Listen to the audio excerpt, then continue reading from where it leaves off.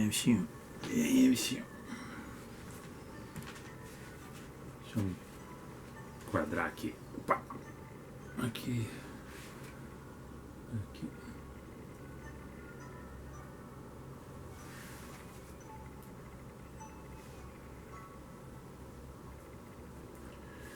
Olá, paz e graça. Chegando mais uma sexta aí, mais uns dias que passamos e um final de semana que se aproxima. O tema de hoje é uma pergunta.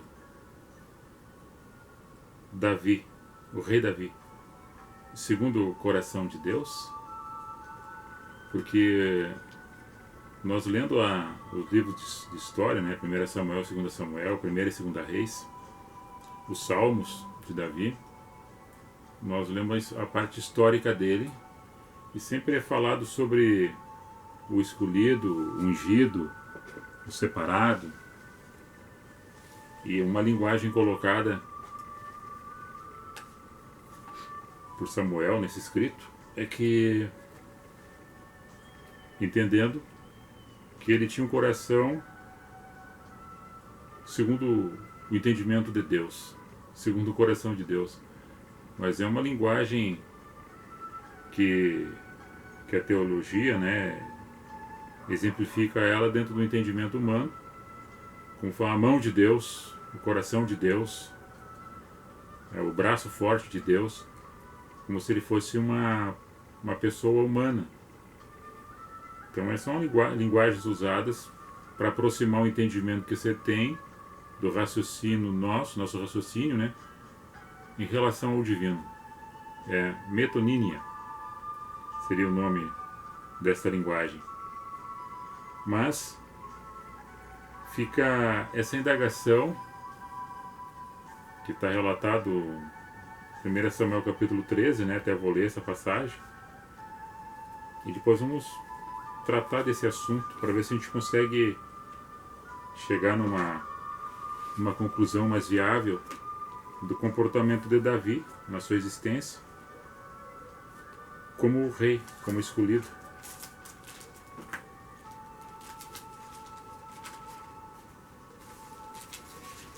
Primeiro Samuel capítulo 13, no verso 14.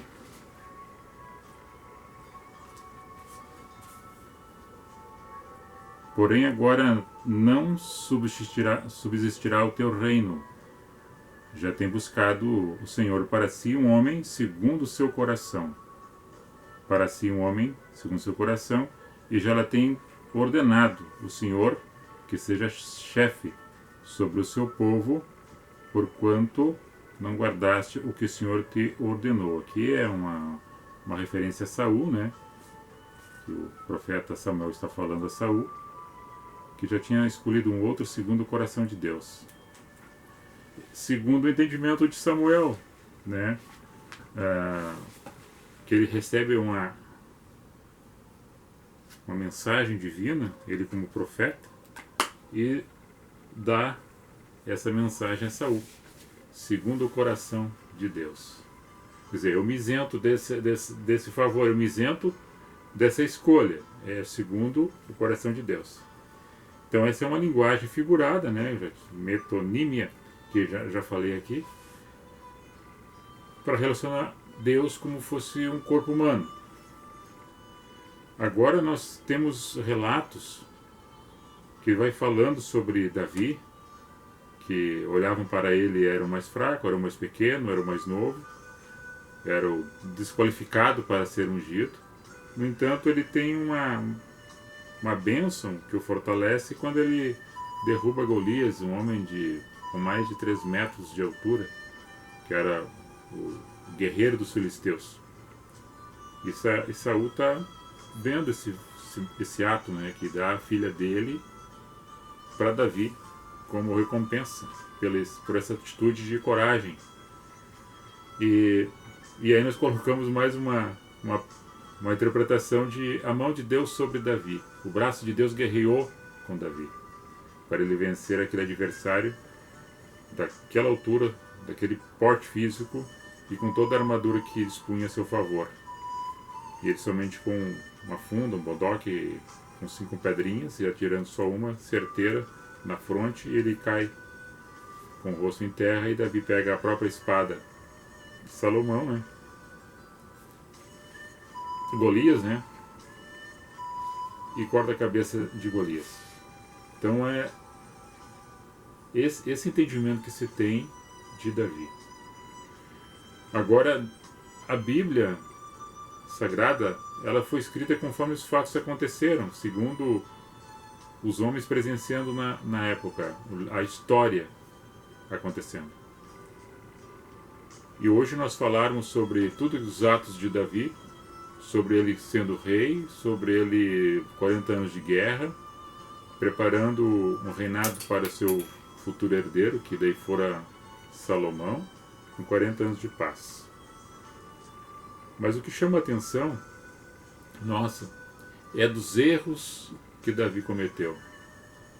E daí nós chegamos no fato que Deus sempre teve o bom propósito para todos, não somente para com Davi. Naquele momento era com ele. Mas ele e nós, na nossa existência, na nossa caminhada, aquilo que nós estamos elaborando, fazendo, muitas vezes nós podemos errar ali na frente e alguém dizer que nós já éramos um escolhido, estava separado e nós éramos uma pessoa abençoada. E somos. Só que nós somos sujeitos às falhas, às paixões e aos erros como qualquer outro mortal. E Davi era um destes. Nós vimos que ele é uma pessoa incapaz de dirigir sua família. Ele não é eficiente no trato com os seus filhos. Ele é uma pessoa perspicaz com relação a tesouro, a arca. Ele é uma pessoa supersticiosa.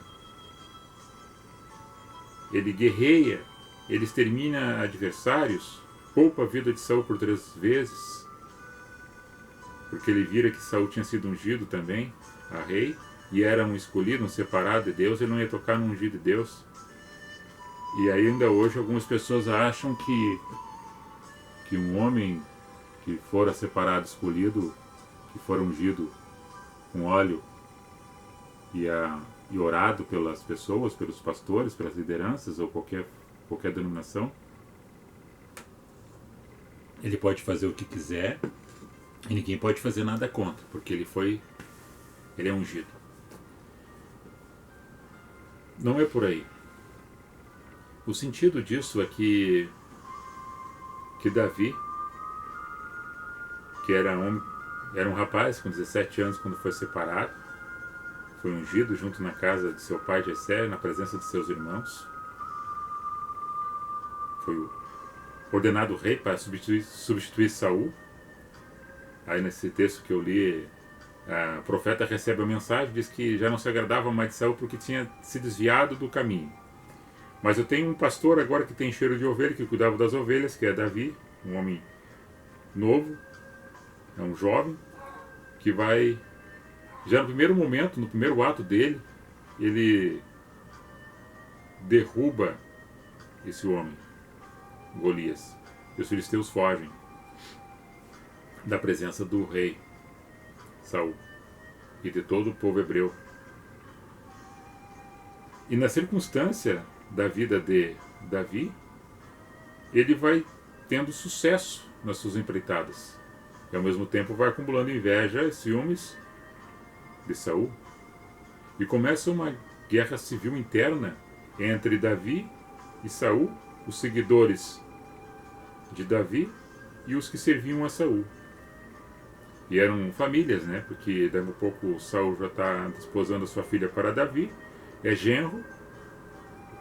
O seu filho Jonatas é muito amigo de Davi, eles fazem uma aliança, às escondidas de Saul.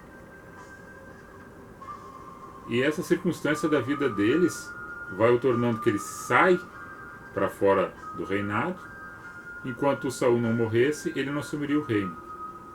Nós vemos muita guerra, muita batalha entre essas pessoas.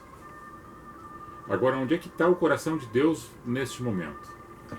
Se fosse falar nessa palavra, nessa mensagem, nesse entendimento humano. simplesmente os homens faziam aquilo que tinham vontade de fazer e colocavam talvez que Deus está comigo, eu vou fazer porque Deus me ordenou, se escondendo atrás de uma palavra profética, ou talvez o profeta usando dessa possibilidade de instigar, de assegurar ou de avançar territórios ou derrubar seus adversários.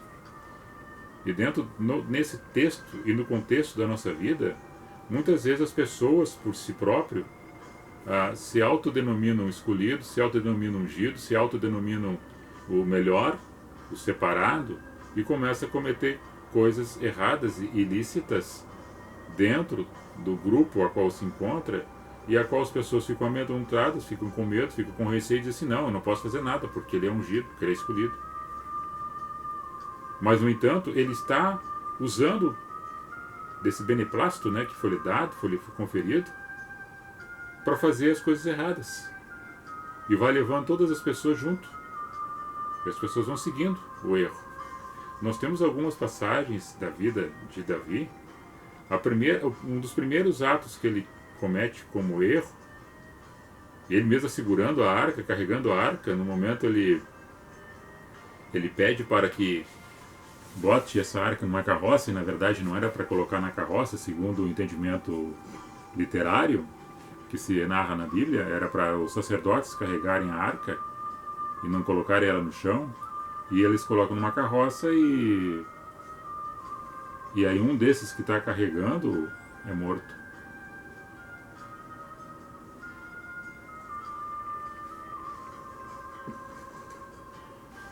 E tudo isso faz com que as pessoas vão entendendo o que é o propósito na vida de cada um. O que seria? O que seria o carregar essa arca? O que significava essa arca? A arca significava a presença de Deus dentro dessa arca, com 2 anjos em cima, adornada de ouro. Tinha a vara de Arão, o pão do propositório e as tábuas da lei, que eram os 10 mandamentos.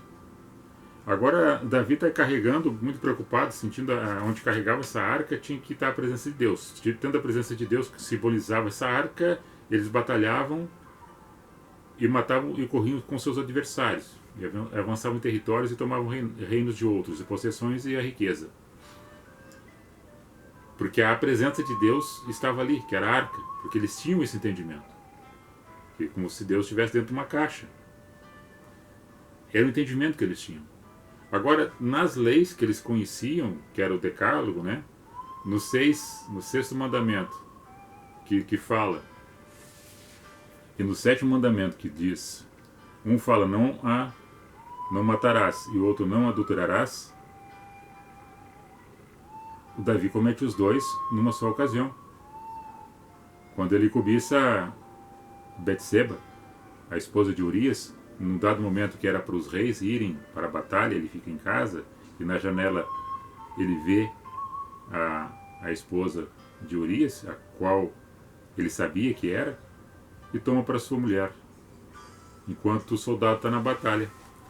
E essa história é longa, mas daí esse soldado volta com seus soldados, comandados, né, da batalha, e ela fica grávida, porque o tempo foi longo que eles ficaram na batalha, foi um longo tempo. Sabendo que ela tinha ficado grávida, ele quer esconder essa gravidez, que Urias voltasse e deitasse com sua esposa, para que o filho não dissesse que fosse dele, mas de Urias. Urias se nega aí, porque todos os soldados estavam nas tendas, descansando e fazendo a alimentação. Diz, não, eu não vou estar porque os soldados estão aqui, eu também vou ficar no campo e vou ficar nas tendas. E não foi estar com sua esposa.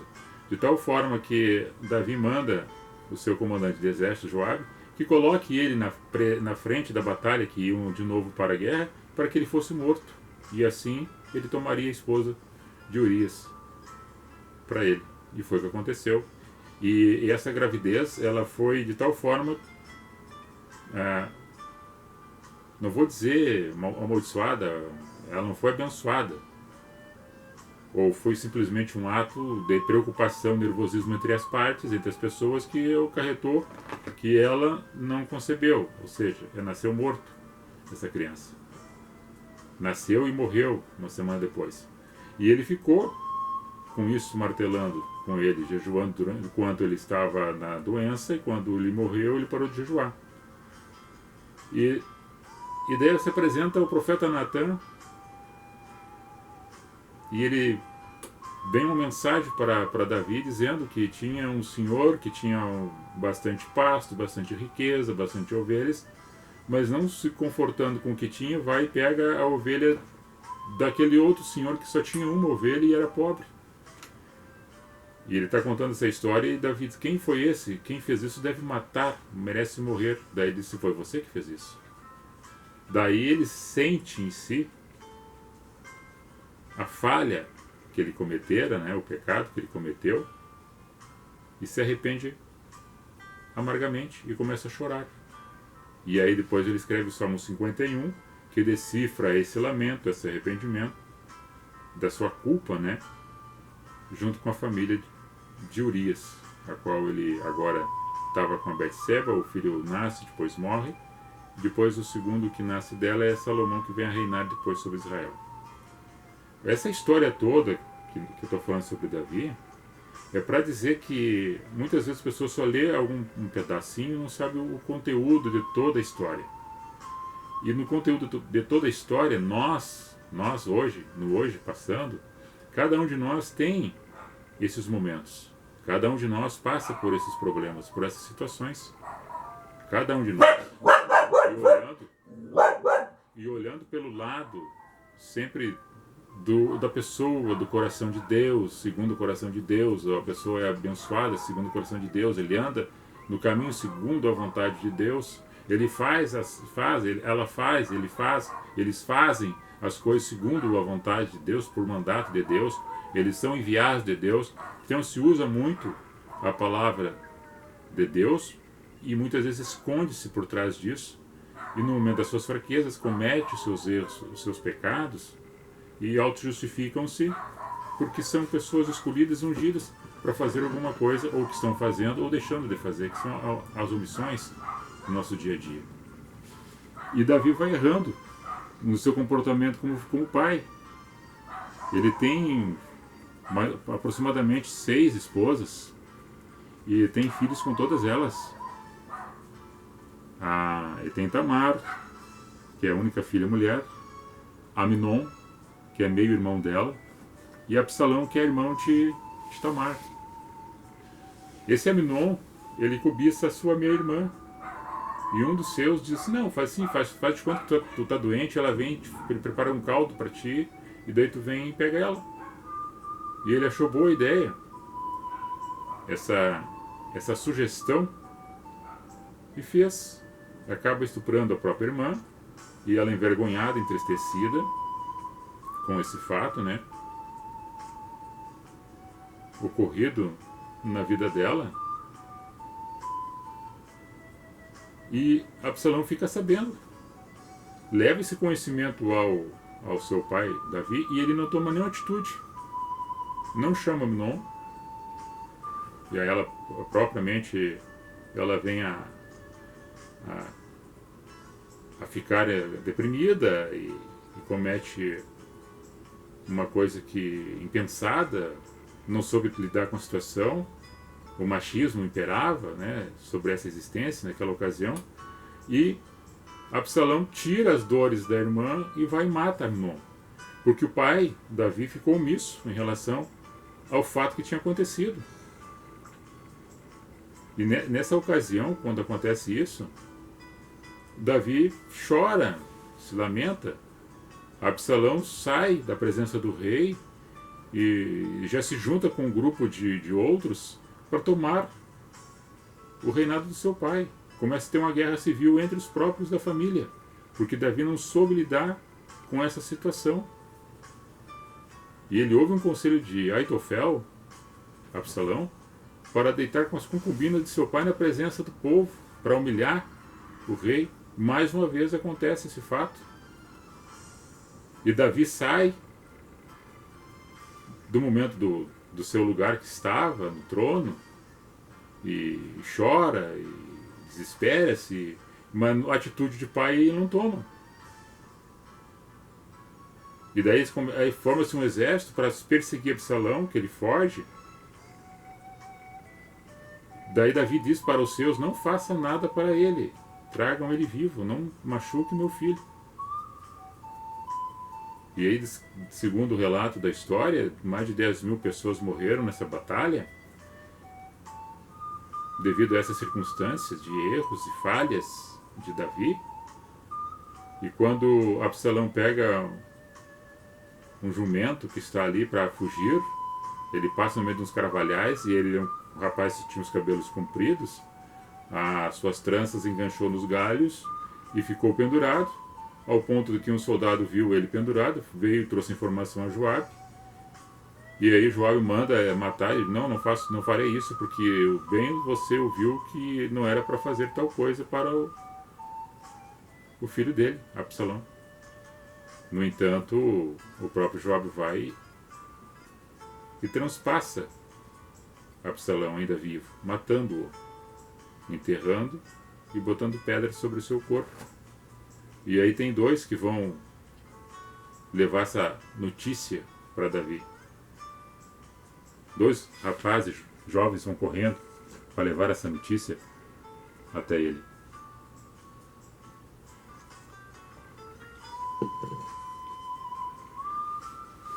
E aí um passa o outro na corrida, um chega na frente e diz: não, como é que tá o meu filho? O Davi pergunta: não sei que nós vencemos a batalha, mas sobre o seu filho até nada sei. Aí chega o segundo e conta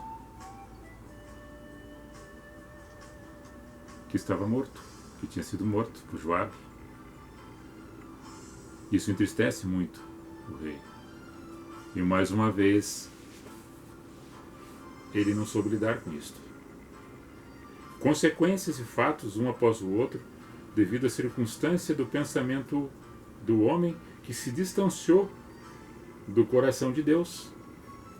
Porque nessa passagem que fala que ele for escolhido, fora separado, for ungido rei, ele recebeu a bênção, só que não condiziu, não fez o efeito dela sobre a sua vida, sobre a sua caminhada.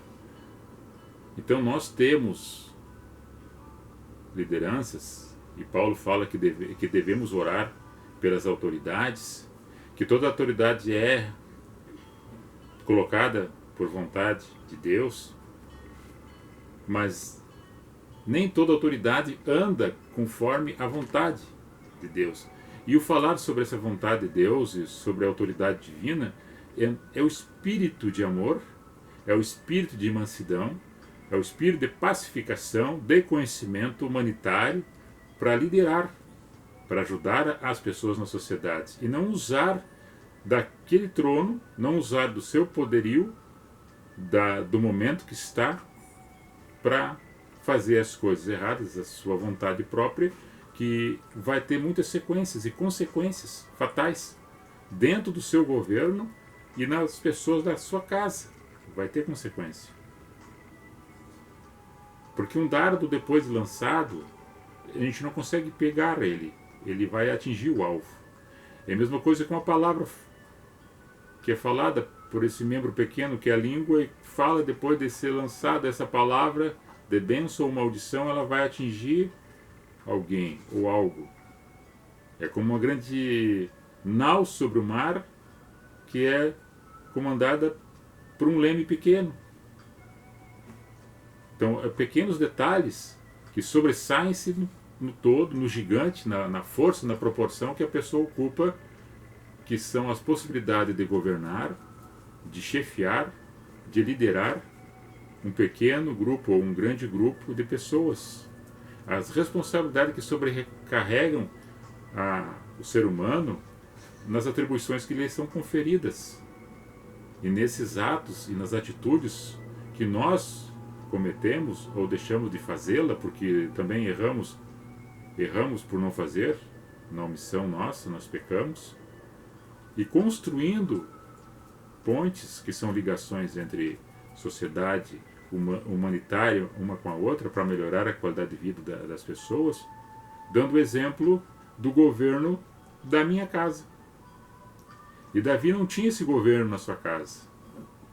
No entanto, sobre as aldeias, sobre os povos, sobre Jerusalém, a cidade de Davi, ele era o cara. E hoje, na história, se lembra do rei Davi, o vitorioso, o guerreiro, o ungido, o separado, o que cuidava das ovelhas, o que derrubou Golias, mas, no entanto, não conseguiu administrar a sua casa, a sua família. Porque ele talvez se ensoberbeceu pela posição que tinha e esqueceu da questão mais importante, que era a sua família, a sua casa. Então a percepção que se tem nesse assunto abordado hoje, a pergunta é: será que mesmo era segundo o coração de Deus? A vontade de Deus é essa, que ninguém se perca? A vontade de Deus é essa, que todos aqueles que chegam a Ele não é lançado fora. A vontade de Deus é essa, que quando a porta se abre, que entre e saia e encontre pastagem. A vontade de Deus é essa, que todos se salvem, mas nem todos conseguem entender essa vontade, mesmo que esteja escrito, mesmo que já está anunciado, que está decretado por Deus, mas nós anulamos pelo nosso comportamento. Nós anulamos por não querer acreditar. Nós anulamos porque somos ineficientes. Caminhada dos cachorros aqui, brincadeira. Ó,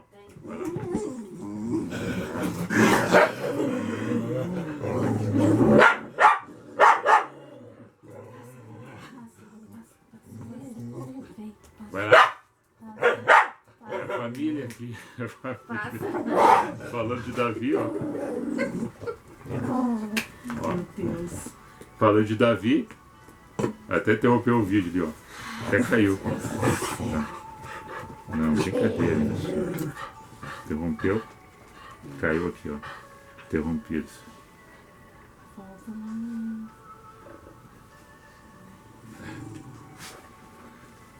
Meu Deus.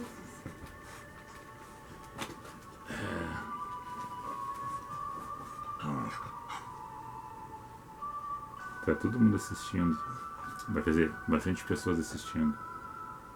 Vou iniciar aqui. Meu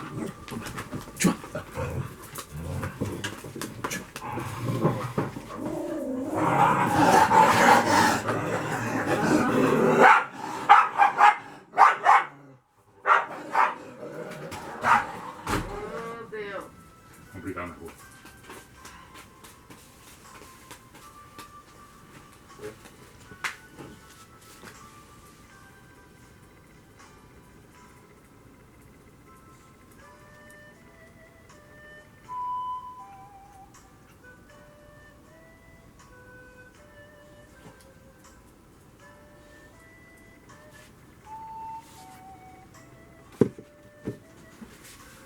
Tá brincando, vamos ali.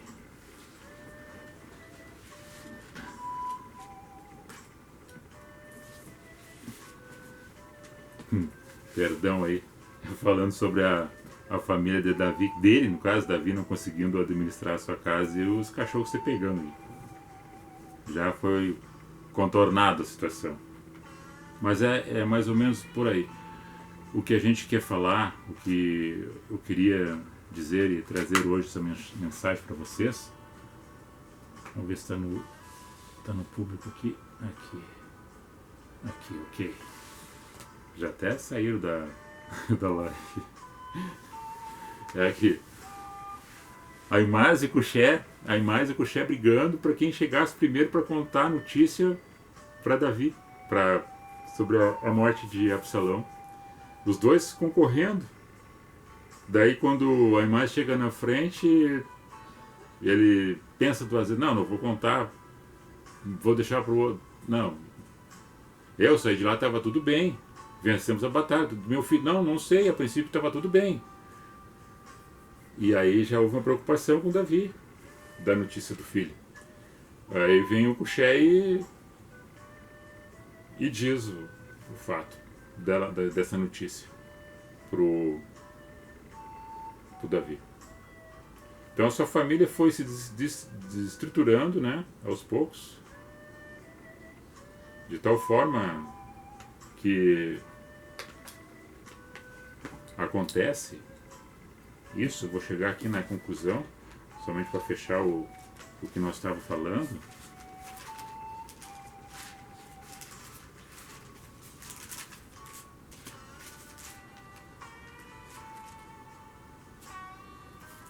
Aqui.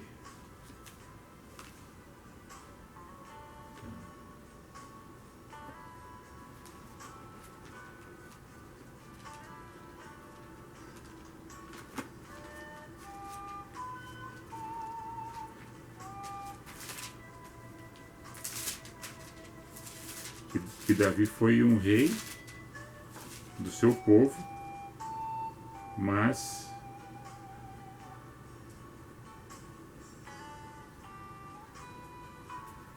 não consegue administrar a sua casa.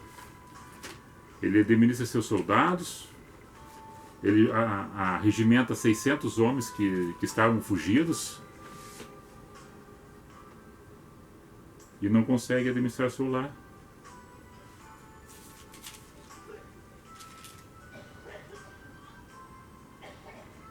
E esses fatos foram destruindo com a sua vida, terminando com seu reinado, porque ele teve essas falhas terríveis na sua caminhada.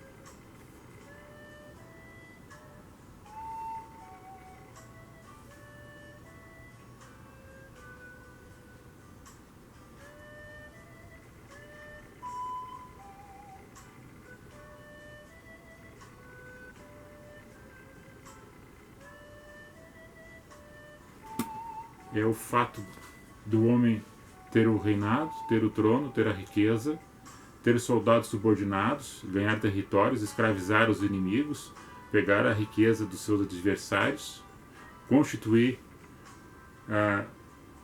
com várias mulheres filhos, né? Com 6, a esposa, concubinas, e o seu lar destruindo-se, sendo destruído aos poucos, porque ele não sabia administrar a sua casa, a sua família, não tinha um diálogo, um conserto. Ele podia dizer: eu amo o filho, amo a filha, amo os meus filhos, não quero mal para eles, mas nunca tomou uma atitude de pai com os seus filhos e de esposo para com a sua esposa. O que nos traz essa referência, segundo o entendimento do coração de Deus, que é o que está escrito, que Davi tinha esse coração de Deus, porque o profeta viu nele, pela a mensagem divina que chegou até Samuel, que ele era um escolhido, que ele era um separado, porque ele tinha um cuidado muito especial, um zelo muito especial com o rebanho, aquelas ovelhas, que ele matou um urso, matou um leão, protegendo esse rebanho.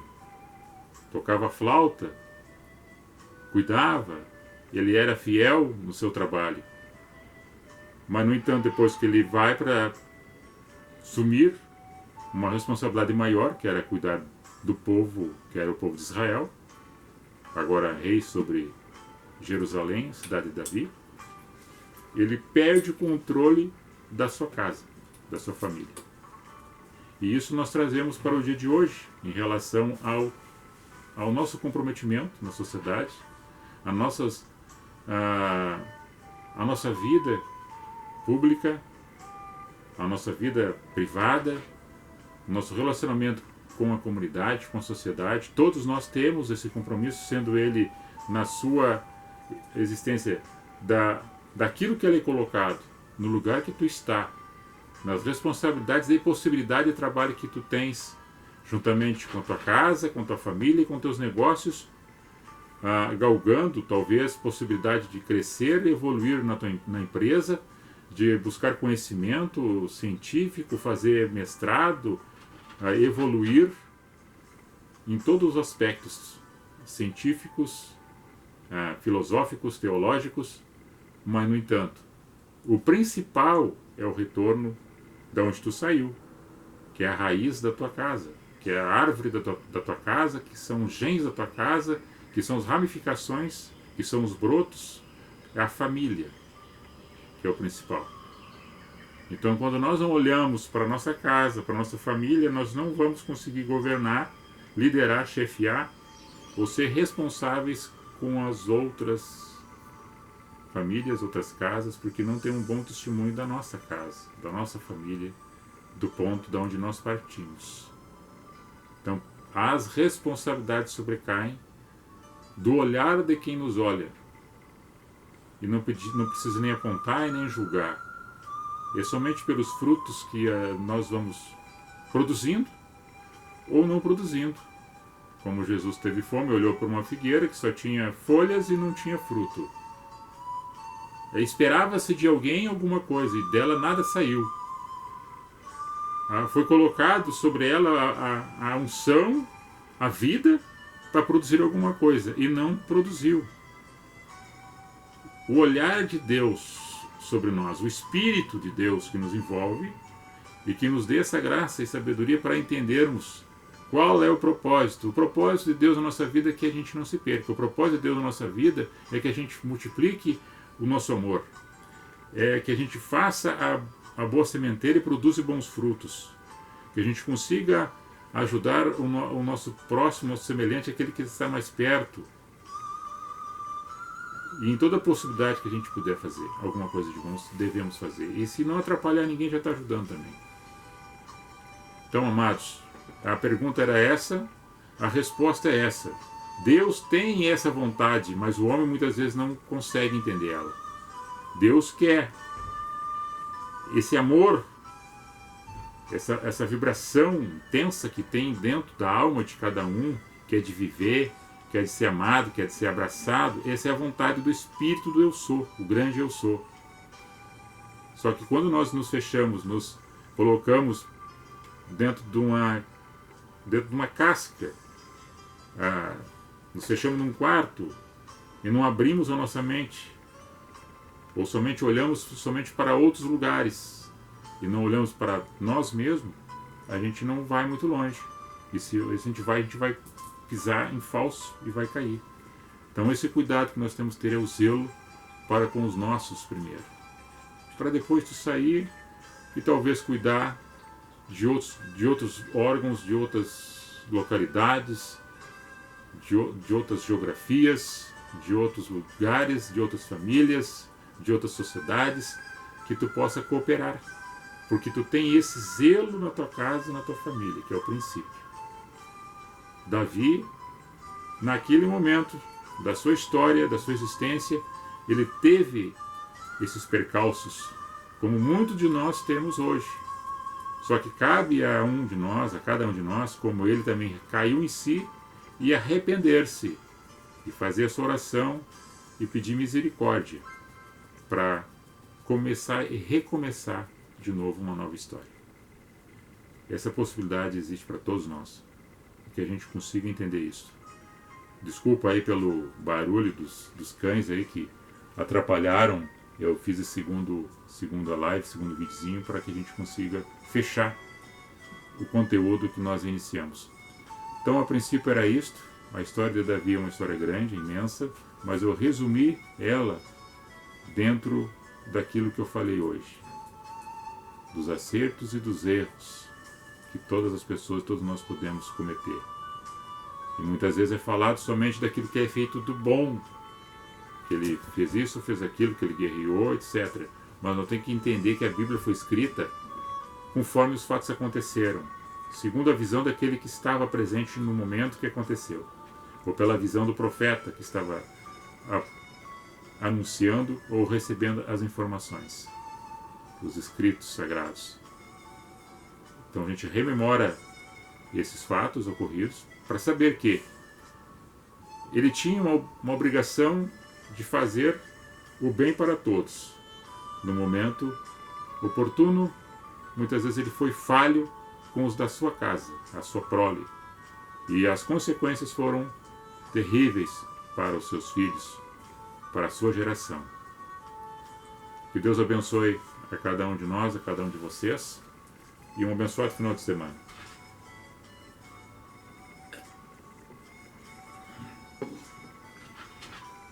Eu vou ler ali quem está conosco, ou quem ficou conosco, né? até o momento. Deixa eu virar aqui. O bichinho vai aparecer você aí. Aqui. Aí vai aparecer você aí agora. Deixa eu botar aqui atrás. Aqui, ó. Lá, ó. Espreguiçando, apareceu. Carlos de Lima Quadros. Um abraço aí pra você. Quem mais tá aqui? Marinês.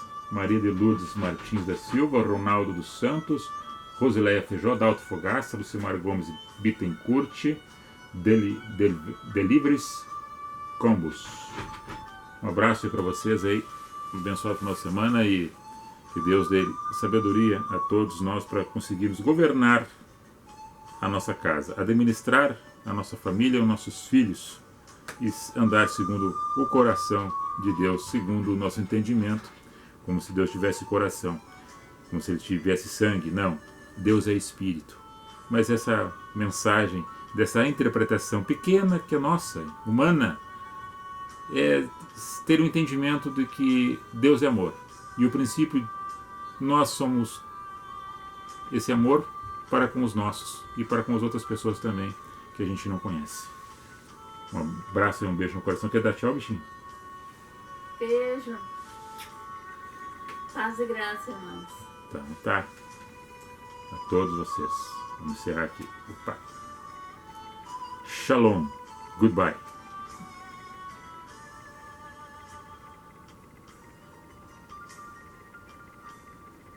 Que coisa, né? O cachorro bagunçou o vídeo.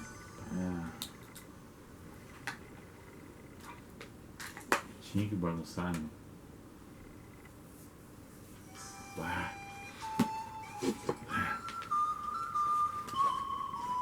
Terrível, foi terrível.